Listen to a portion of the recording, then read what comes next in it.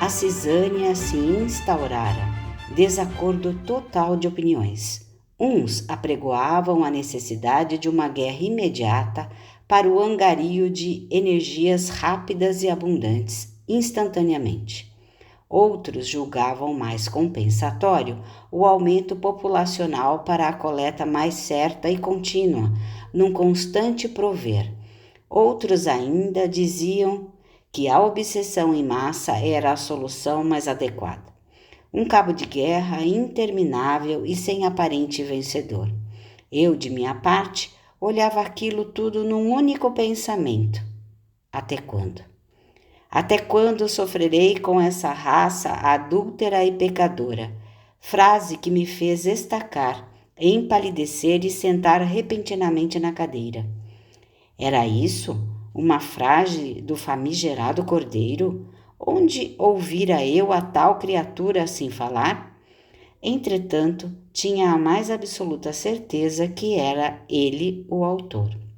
Relanceei o olhar por todo o ambiente, na certeza que ele ali estaria, dada a vivacidade do pensamento, tal qual uma voz indistinta à minha a falar-me no refolho da alma. Obviamente, foi infrutífera tal percrustação. Nada e ninguém diferente daquelas crianças malvadas e malcriadas a discutirem o destino da humanidade invigilante. Portanto, ou eu estava a delirar, sob o efeito de algum alucinógeno colocado em minha bebida, ou ele falava-me aos ouvidos. Mas como ele perpetrara a minha mente? Eu sou uno com o Pai, e a mim é facultado ler-lhe os pensamentos. Ler meus pensamentos? Enfureci-me. Com a ordem de quem? Que audácia tamanha! Às ordens do Criador, aquele que a tudo e a todos ama. Vinde a mim, vós que sofreis. Só não soltei um berro de indignação, pois atrairia atenções indesejadas, e eu ainda não estava convencido que não havia sido drogado por algum. No meio em que eu vivia, a confiança era artigo inexistente. Prova-me, disse eu desafiador. A ti nada tenho a provar, apenas aliviar seu fardo, se submeter-se ao meu jugo, que é leve. Submeter-me eu? Jamais. Eu sou o senhor do submundo. Meu jugo é o ferro e o fogo eterno. Nada tenho de compaixão, a dor é o meu chicote. Esbravejei, e então percebi o silêncio ao meu redor, pois proferira tais sentenças em voz alta, e todos, a olharem-me espantadiços, reagiram com um sim, senhor. Amadeus.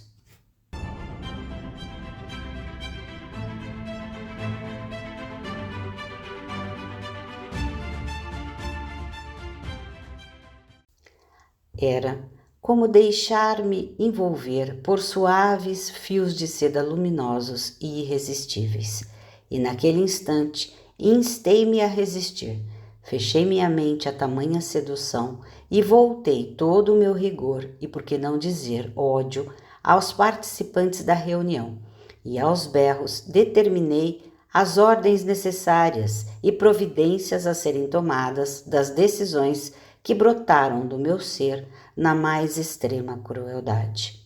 Peço o obséquio aos futuros leitores e amigos que poderão futuramente divulgar as minhas palavras, a minha vivência, o não detalhamento das providências tomadas, pois não quero plantar ideias em mentes desavisadas, pois somos todos responsáveis pelo que escrevemos e as ideias que propagamos. Me aterei a desnudar a minha personalidade àquele tempo, disso sendo responsável totalmente, e no intuito de, aí sim, motivar a outros a trilharem esse caminho de retorno ao Pai, mesmo que esse caminho passe pelo Gólgota. Então, depois de haver despachado meus sequazes às suas tarefas, fui eu mesmo banhar-me nas energias densas do ódio e da dor na terra dos encarnados. pensando que lá retornaria ao meu equilíbrio, pois parecia que eu estava a perder o juízo. Onde já se viu um senhor das trevas a confabular mentalmente com o cordeiro imolado? Eu é que não. Armei-me de meu exército particular de seguranças. Ah, sim, é necessário seguranças, pois muitos há que querem acercar-se de mim para pedirem favores ou até mesmo julgando-se capazes de tomar minha posição. Não há sossego, nem beatitude no mal. Saí para a caminhada em antros de sexo e torturas, coisas que muitas vezes permanecem jungidas uma à outra, apesar de seus propósitos tão diversos, para alimentar-me daquilo que julgava essencial para o retorno ao meu equilíbrio mental. Mas que meu olhar estava definitivamente modificado e, ao invés de deleitar-me com a situação, a enxergava completamente diferente. Via nas vítimas da tortura e do sexo não consensual o olhar da dor, como passei a chamá-lo desde então. Talvez não consiga descrevê-lo a contento, mas era algo profundo e vazio ao mesmo tempo, como se a vida ali não estivesse, como se a dor fosse a própria vida. E ali eu somente isso enxergava, nada mais de delícias, nada mais de satisfação, e o que mais chocou-me o íntimo foi ver que no vitimizador ardia a mesma dor. Amadeus.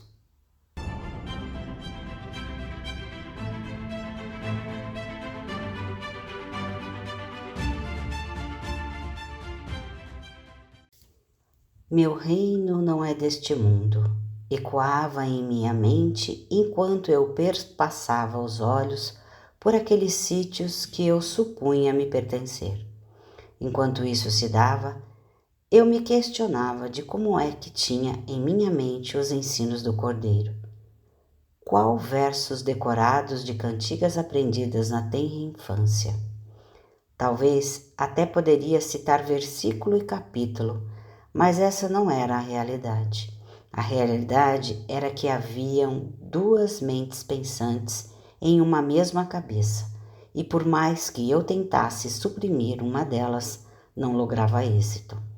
Por que não conseguia mais admirar minhas conquistas? Vastas extensões com almas a vaguear, encontrando aqui e ali o desregramento que buscava ou o castigo que merecia? Sim, meus amigos, nesses antros tidos como de dor, também se buscam a satisfação dos sentidos mais grosseiros, e por isso não se espantem ao buscar o resgate dessas criaturas e encontrarem a hostilidade dos próprios resgatados, que não querem abandonar a pradaria perfeita. Aos olhos dos observadores equilibrados, são apenas formas esquálidas, pálidas e desprovidas de beleza, mas, aos seus iludidos olhos, são reis, rainhas, vassalos, meretrizes da mais alta categoria e beleza. Quanta ilusão a mente nos proporciona! Uma pergunta pode surgir: por que tamanha ilusão e o que aqueles que comandam esses espaços lucram com tamanha insanidade? Para o primeiro questionamento, devo lembrar-lhes o poder inesgotável e plástico criador da mente, que cocria intensamente e ininterruptamente, fornecendo material para o retardo evolutivo de uns, a manutenção da ignorância de outros e a oportunidade de punição para muitos. Em contratos muitas vezes firmados com outras inteligências que suscitarão pagamentos mais volumosos, além do perpetuar dessas situações e ilusões ao adentro da carne, alimentando a roda do vício, da violência e da iniquidade. Mas, voltando à narrativa para meus pensamentos e emoções, me vejo então a novamente fazer citações de cunho moral que eu tanto desprezo e vilipendio, sem bem entender o porquê.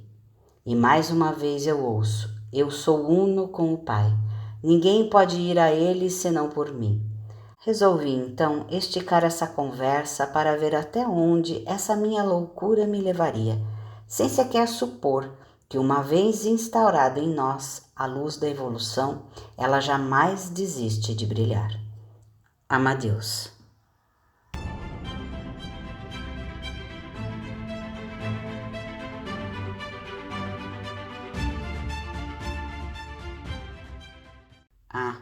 Como a arrogância e empáfia são por vezes as vestes de nossa alma. Achava-me senhor de muitos, mas principalmente senhor de mim e de meus pensamentos e vontade. Mas logo percebi que um senhor apenas há, o mestre de todas as mentes e de todas as vontades, e segundo sua própria assertiva, seu reino não era desse mundo. E se assim o fosse, as suas gentes não permitiriam que estivesse na situação que se encontrava defronte a Pilatos, pois as suas gentes são fiéis escudeiros de sua verdade e bastaria uma só de suas palavras para sobrepujar as mentes insípidas e fracas de todos aqueles seus contemporâneos. E assim, na minha impávida bravata, deixei que seus pensamentos inundassem minha própria mente, insípida e desgovernada, num colóquio que, a princípio, julgava-me em pleno controle. Aliás, achava até que era fruto de minha própria imaginação, que eu julgava descontrolada por mecanismos desconhecidos. Mas a luz, meus irmãos, o amor e a sabedoria são virtudes com vontade própria, e por onde passam deixam indeléveis marcas, traçam caminhos que será impossível de se resistir, principalmente para alguém como eu, que há séculos versava na escuridão e na feiura. E foi isso que fez o Divino Salvador dentro dos escaninhos de minha mente. Escancarou portas, iluminou porões e tirou o encarcerado bem de dentro de mim. O bem que sufoquei em pilhas e pilhas de mágoas, ressentimentos e dores. A suavidade, a mansidão do Mestre penetrou o âmago do meu subconsciente e de lá resgatou o Filho de Deus que somos todos nós. Aquele ser criado, simples e ignorante, que habita em cada um de nós, nossa consciência cósmica. Vou dizer-lhes que muito relutei, não posso precisar o tempo, pois esse é muito relativo, mas posso afiançar-lhes que foi uma intensa luta entre o puro e o homem velho. Muito relutei contra todas as pequenas lembranças que se me afloravam à mente, e tem uma que gostaria de compartilhar convosco. Uma existência esquecida na esteira do tempo, onde eu, petis, em tenra idade, num campo florido, corria atrás de uma formosa borboleta amarela, que ora pousava-me nos cabelos, ora no nariz, e a felicidade cristalina que brotava de meu peito através de estrondosas gargalhadas, representando o supremo momento de pura felicidade. E para despertar o mais intrigante desta lembrança, era que a cor dos meus trajes eram sempre amarelas e o símbolo da organização uma borboleta estilizada. É o Pai, através de tortuosos caminhos, escrevendo o certo de minha vida que deveria voltar aos trilhos primeiros de felicidade e pureza. Amadeus.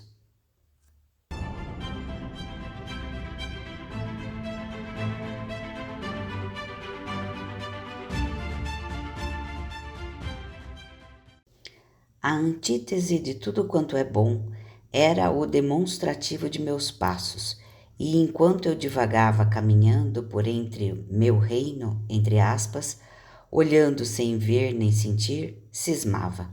Eu já compreendia que alguma mudança se ocorrera no meu modo de pensar, apesar de o modus operandi ainda ser íntegro em suas manifestações, mas algo iniciara uma mudança no meu modo de pensar. Na aparente forma de viver, eu continuava o mesmo, só que o esforço despendido para tanto já estava grande e extremamente cansativo, tanto que passei a insular-me em meus aposentos em completa solidão, muito mais vezes do que anteriormente. Isso causava profundo receio e até terror em meus acólitos, pois nas raras vezes que assim procedi, saía de lá mais diabólico do que nunca. Posso me gabar de minha inteligência e acuidade mental. Sempre os possuíra em abundância, e enquanto na carne os utilizara com maestria para obter o que queria, até a chegar ao cargo supremo do supremo poder religioso do local onde nasci. Sim, posso entender-lhes o questionamento. Como clérigo, não deveria eu crer profusamente na existência do Cristo e em seus ensinamentos? Vocês muitos se surpreenderão de quantos o têm como um meio para se obter um fim. Esse era eu. Em minha alma, não o aceitava, nem julgava que ele houvera realmente existido. Mas a Igreja era o poder supremo, acima mesmo dos reinos e reis, e eu queria esse poder para mim. Queria comandar as massas, manipulá-las, envolvê-las e delas usurpar tudo quanto tivessem em ouro, prestígio, beleza, juventude. Era assim que eu era. E das vezes que me isolei, saí de meus aposentos com mais ferocidade e crueldade possíveis, para aquilo que já era demasiado. Então o medo fazia tremer a muitos, o que me proporcionou o isolamento desejado, sem demonstrar fraqueza nenhuma, e quando era o momento das ordenanças, apenas permitia a entrada de um dos meus generais, que era instruído, como sempre, mas sem o prazer anteriormente sentido. Sabia que tal situação não poderia alongar-se demasiadamente, pois as disputas pelo poder e liderança são intensas, mas eu precisava desse precioso tempo. Hoje entendo que isso tudo foi mera ilusão, covardia mesmo de minha parte, pois o novo sempre vem, e a insidiosa luz já se fazia presente em minha mente. Eu já não tinha tanta certeza assim da existência do mal em mim, como uma entidade perpetuamente paralisada no modo de sentir e pensar.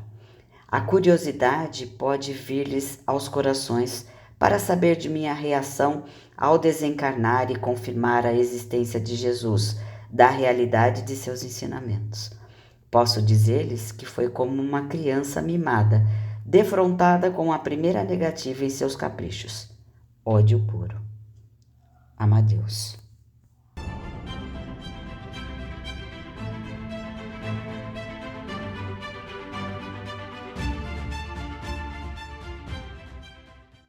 Muitas vezes é difícil olhar para o nosso passado delituoso. Sabemos galgar os pícaros da iniquidade do poder com irresoluta disposição, mas volver ao passo inicial nem sempre é uma visão agradável. Hoje me encontro assim, numa figura apessoada com o Nazareno, como podes me enxergar, habitando as cavernas dos leprosos e sem nenhuma pedra para recostar a cabeça. Mas onde a história nos encontrou da última vez, eu fingia ainda alegrar-me com as pompas e circunstâncias, fingia sorver das fontes do poder, travestindo uma máscara cheia de fissuras que a breve tempo ruiria por terra e mostraria a minha verdadeira faces. Mas, como dizem os sábios, o poder fareja a fraqueza, e assim foi que pouco tempo depois fui atraiçoado por um dos meus, o primeiro no comando das minhas forças, mente sagaz, dotada de uma inteligência e o faro necessário para destituir-me da cadeira do poder. Havia em meus porões inimigo meu de outras eras, que muito a miúde eu visitava para castigar-lhe a moda da crueldade mais bem elaborada. E mediante os meus questionamentos interiores, não havia visitado ultimamente, momentaneamente esquecido dele, o que já representava um enorme refrigério em seu sofrimento. Era eu tomado de intenso ódio apenas à sua visão. caso muito conhecido de todos e mais especialmente desse meu tenente-coronel. Para testar-me e comprovar sua teoria, engendrou uma armadilha para flagrar-me na fraqueza. Reuniu outros tenentes em amplo salão de meus domínios e chamou-me para um caso urgente. Tinha ele a seguinte ideia: se estivesse errado sobre o que pensava, me proporcionaria a oportunidade de deleite. Se estivesse certo, já me atacaria e prenderia ali mesmo.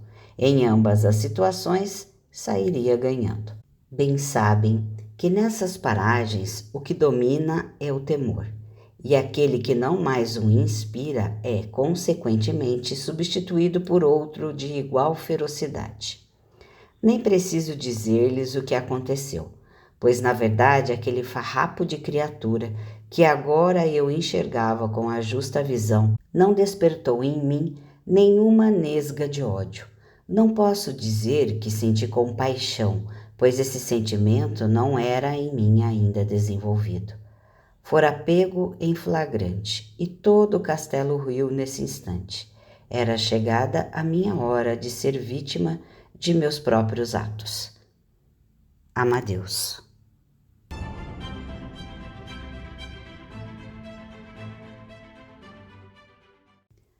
Quantas vezes preguei a palavra do Cristo?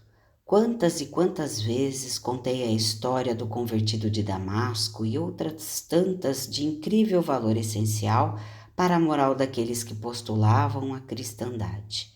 Mas em nenhuma delas a verdade atingiu meu coração. As utilizava em proveito próprio, com fins escusos ou mesmo para exercer o poder de minha palavra sobre aqueles que Jesus chamava de simples e ignorantes. Entretanto, simples e ignorante era eu, perdido na minha empáfia, na verborragia, no equívoco sem fim. Naqueles tempos, eu não admitia para mim mesmo que não cria em nada daquilo, mas a verdade oculta era exatamente esta: eu usava da fé alheia para obter os meus propósitos. E não posso culpar a igreja como instituição, pois a igreja é seus dirigentes e propagadores, e não a fé em si. Naqueles momentos pude finalmente entender o impacto que o Cristo teve sobre Saulo, impacto tão genuíno e intenso que o obrigou a mudar o seu nome que é a identidade de uma pessoa, ao menos na roupagem que habita naquele momento. Minha estrada de Damasco estava à minha frente. Eu podia ver nos olhos de cada um daqueles traidores o Cristo a me dizer: muda de vida, meu filho. Encontrarás dor e sofrimento, prisão e castigos, mas apesar de tudo estarás livre, e da justa forma que expurgar seus pecados, se elevará até mim, que aguardo-te em amorosa expectativa para saudar-te a vitória em luz e amor. Posso dizer-lhes que foram dias nebulosos e silenciosos. Não me recordo exatamente das dores, sofrimentos e castigos aos quais me alertou o Mestre, mas recordo-me de sua voz doce, a encorajar-me, a sanar as feridas de minha consciência, de suas promessas do paraíso da redenção, através das reparações que me aguardavam, assim que eu desvestisse o homem velho e adotasse o meu novo nome. Amadeus.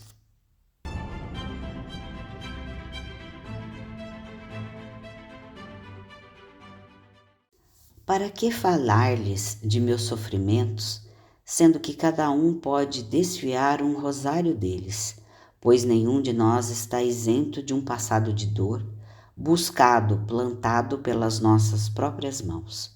Penso que a remissão dos pecados, a fórmula amarga que temos que ingerir para desintoxicarmos-nos de nossas falhas e ignomínias, é o que todos precisamos, mas tampouco difere intensamente uma das outras. Portanto, julgo de melhor proveito para mim e para todos os que se aventurarem a desvendar essas letras a narrativa das coisas positivas, para como que dizer que todos somos capazes de tamanha transformação interior. E não é proselitismo, é sim uma capacidade inerente aos filhos de Deus que somos todos nós. A consciência de culpa, severo juiz e carcereiro é muito mais eficaz e dura que os próprios acusadores de nossas vidas, de nossos erros. Eu poderia dizer que são as suas ferramentas eficazes, supliciando e causando o expurgo de todos os mal feitos. Não julgo necessário quantificar em anos o tempo que levou essa depuração. Mas o inferno da teologia fica a desejar em suas descrições a tudo o que experimentei. Entretanto, da mesma maneira que a dor está em nós, a cura também está. Não digo que prescindimos de auxílio, de mãos amigas que se estendam a nós, pois que elas lá estão sempre. Nós mesmos é que não as aceitamos, não nos julgamos dignos, ou melhor dizendo, aptos ao socorro, ao lenitivo. Mas esse dia chega para todos, até para a mais abjeta criatura, que no caso era eu. Chega o dia em que a consciência se julga equiparada através das dores vividas e daí se passa ao seguinte passo mais produtivo e eficiente, a reparação. Não quero deixar dúvidas com relação a todo esse período de purgação. Ele se deu tanto na carne como fora dela. Muitas vezes experimentei esse processo purgatório, mas em absoluta inconsciência de seu processo, apenas como um filtro de eliminação dessas energias do mal, das quais me fiz depositário. Somente a partir da consciência própria, dos porquês das dificuldades e de vicissitudes, muda-se o panorama da purgação para a reparação, e é desses momentos que quero falar-lhes. Amadeus.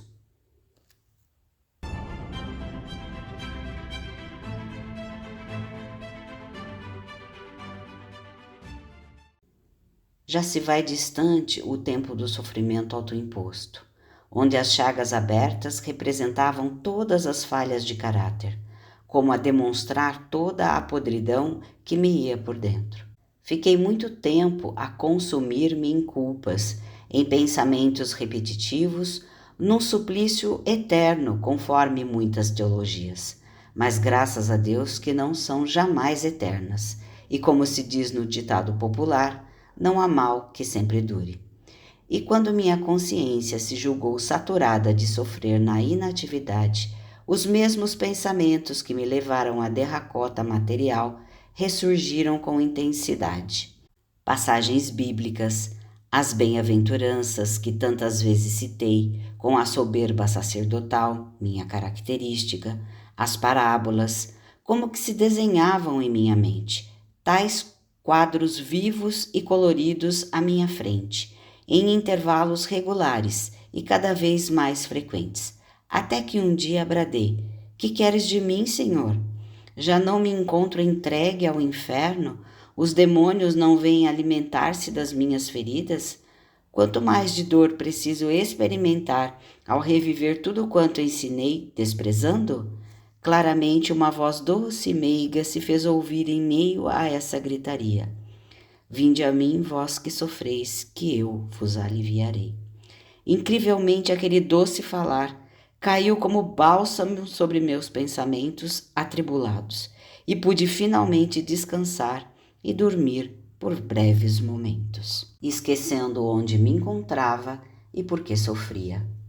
E esse foi o dia em que novamente ouvi a voz do Senhor a me chamar, e a partir daí os meus olhos, quando abriram novamente, já estavam aptos a enxergar os mensageiros do amor, a me lavarem as feridas e as enfaixarem, oferecendo o mais precioso alimento que a alma sofrida como eu necessita: amor e carinho. Amadeus.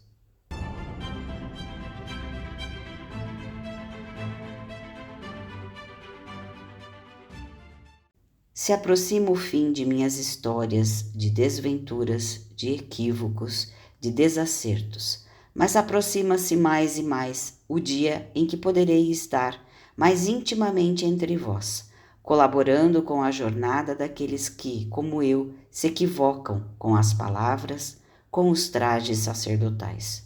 Graças pelo Cristo que nunca nos abandona e nos proporciona porto seguro para aqueles que já o compreendem em sua pureza e magnitude. Serei eu, a breve tempo, um desses convertidos para o verdadeiro cristianismo, aquele que nasce das mais belas resoluções de modificação. A breve tempo não mais haverá, em mim, a necessidade do confessionário, sendo que confessarei minhas culpas, redimindo-me por atos. Mas creio ter sido importante essas singelas linhas, para que se exemplificasse que mesmo a mais cruel criatura, chefe de organização toda poderosa em sua ignorância, ser-se capaz de voltar atrás, ser capaz de admitir-se como pecador e ao mesmo tempo filho de Deus. Espero não tê-los decepcionado por falta de minudicências da organização a qual eu dirigia, para quem sabe auxiliá-los em futuros trabalhos. Mas ela já não existe mais, e hoje as mentes ainda voltadas para o mal adquiriram uma expertise própria da modernidade, condizente com o conhecimento adquirido pela humanidade. Pena que não avançou em moralidade tanto quanto deveria. Mas cada letra, cada sílaba aqui grafada traz muito do meu sofrimento. E colocar a público tudo o que fui e a esperança do que serei foi muito bom para mim. Espero poder voltar, a breve tempo, a tomar a pena e contar-lhes as minhas vitórias, que tenho certeza Jesus me favorecerá, pois aquele que planta, colhe, e penso estar agora em condições de começar a produzir os frutos das sementes semeadas por aquele que saiu a semear. Até breve, meus irmãos. Amadeus.